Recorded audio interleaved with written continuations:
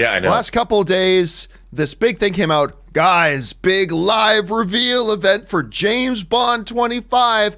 And some people were expecting maybe a little bit of a teaser, although most people felt it might have been too easy for a trailer.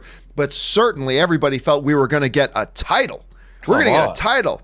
And they didn't give us a title. However, what they did do was they gave us a bit of a cast rundown, most of which we already knew. Yeah. And so, of course, so what we got out of it was this. So we found out that Ralph Fiennes is, of course, coming back as M. We got Rory Kinnear coming as, what's his name again? Tanner is coming back. Ben Whishaw is going to come back as Q. We got Naomi Harris coming back as Money Perry. We got Leah Seydoux, who Penny. What's that? Money Penny. What did I say? Perry. Did I say Perry? Sorry. Money Penny. I don't know why I said Perry. You will get so much hate. I'm going to get so much hate for that. We got Leia, who's playing Madeline Swan, coming back. Jeffrey Wright is returning from his Quantum of Solace role as a CIA agent. The two more interesting ones were this. One I already knew about, one I didn't. One is Rami Malek. He is coming in. He is the presumptive villain of the film, and I think he'll make a great villain, of course, coming off his Oscar win. And coming off of her success in Captain Marvel, we got Lashana Lynch, although they haven't given a name to her character yet at this point. Now, one of the things that they did say in this thing was this movie is going to start with James Bond basically off the clock. He's not in active service. He's going to be at his spiritual home, they call it, in Jamaica. And then something happens. That's all the details they gave us. So this big event was to tell us a bunch of casting, most of which we already knew, no title, and at least it tells us that James Bond is going to start with him kind of being off the clock and out of active duty. Rob, I know you were really looking forward to getting a new title today. They did drop some stuff, and it's always cool to hear more James Bond stuff. And again, one of the worst kept secrets, they kind of let off with, we can confirm that Daniel Craig is back as James Bond. It's like, everybody knew this. What? That's what I heard about it.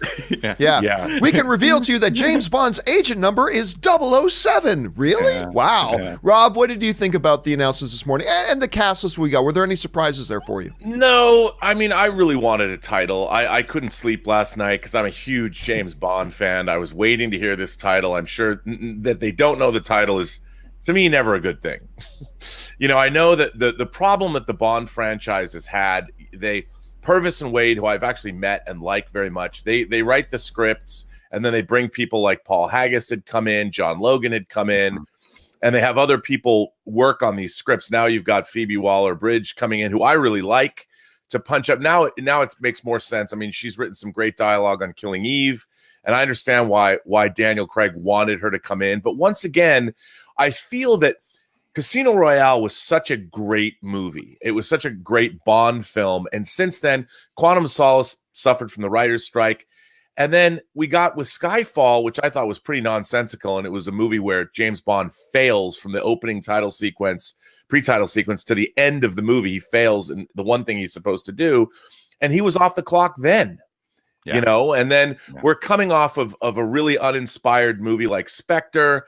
What I wanted to see was a return to luster for the James Bond character. So Daniel Craig could go out on a high note, go out with his Spy Who Loved Me or his Goldfinger or his Goldeneye or whatever. I mean, I wanted to see a big epic Bond film, not I'm retired chilling in Jamaica, drinking tequila, playing games with scorpions, James Bond, that we already saw in Skyfall. Yeah. Look, the thing is, I'm sure the movie's just starting with Bond there. I think like what I was saying before was that I'm sure it's not the first 45 minutes of the film is not going to be James Bond playing shuffleboard with a bunch of expat American retirees on the beaches of Jamaica, and that's the first 45 minutes playing for martini shots. I don't think that's what's going to be.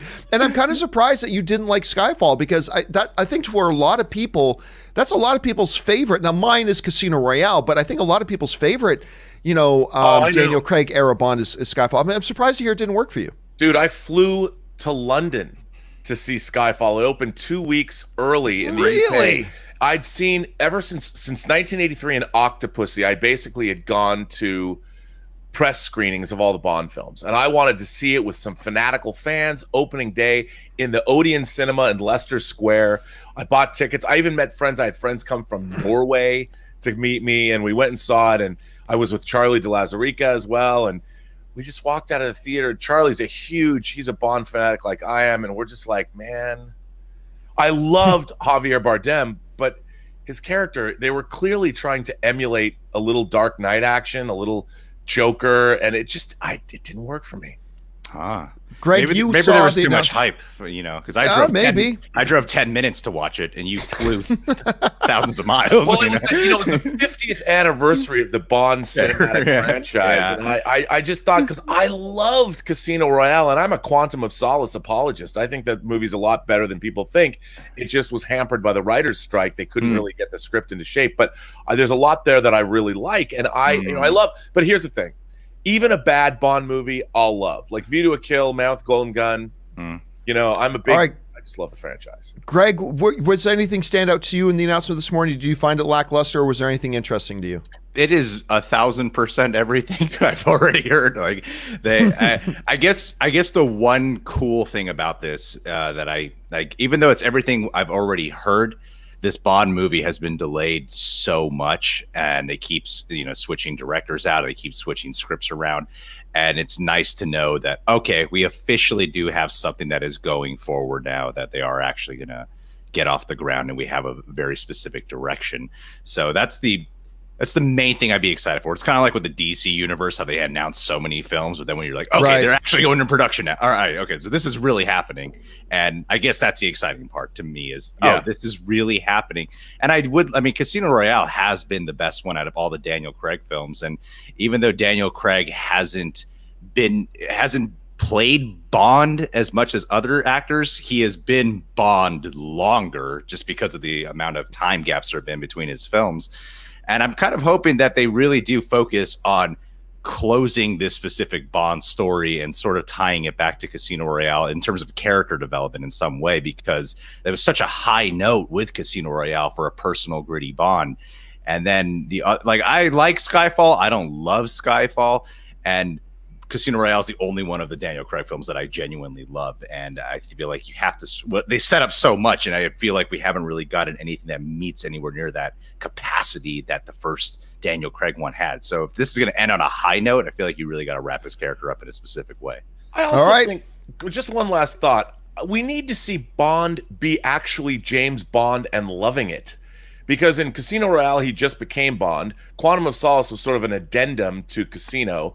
In Skyfall, he had left the service because he got shot off of a train. And then Spectre, it was kind of, I want to see a real mission. Him going on a mission where he travels the world, Yeah. The cool thing is for heroes to not like being heroes. We could go on Bond here for a while, but we've got a lot of other stuff we got to get to.